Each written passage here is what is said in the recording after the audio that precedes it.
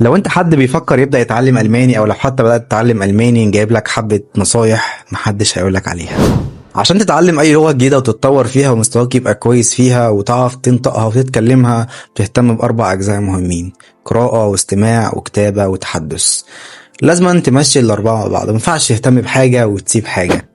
وللأسف 90% من الأكاديميات في مصر والأماكن في مصر بيهتموا بالجرامر بس وما بيهتموش بحاجة تانية. بتلاقي الطالب مثلا في البي اينز أو في البيتس فاي ولسه مش عارف يكتب ايميل كويس، لسه مش عارف يتكلم كويس، بيسمع هوغن أكنه ما سمعش حاجة قبل كده. قلت لك اماكن قليله جدا اللي بتهتم بالاربع اجزاء، بس في اماكن ما فيهاش كلام زي معهد جوتا مثلا.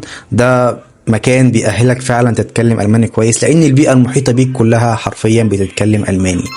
احنا عارفين طبعا معهد جوتا غالي ومش اي حد عارف يسجل فيه او ياخد كورس فيه. بس انت لو بدأت في اي مكان اهتم بالاربع اجزاء دول عشان لما توصل لمستوى كويس تبقى ملم بالاربع اجزاء.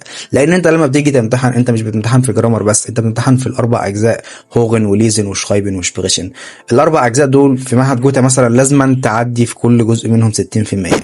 انت حاول تهتم بيهم بنفسك، حتى لو المكان اللي انت بدأت فيه مش مهتم بيهم، عشان تطورهم، عشان ما تبقاش مثلا في البيتس فاي او في البي اينز وانت بتسمع الماني مش عارف انت بتسمع ايه، او حتى مش عارف تكتب ايميل. لان على فكرة الامتحانات صعبة جدا، ما تفتكرش، ما تمشيش ورا حد بيقول لك الامتحان سهل والكلام ده، لا.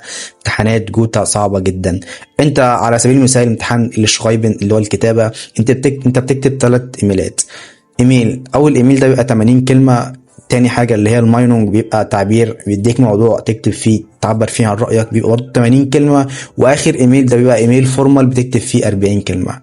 يعني انت لو مش متعود تكتب ايميلات قبل كده وما اتدربتش على حاجة زي كده، انت هتخش الامتحانات مش هتعرف تأدي في اي حاجة خالص.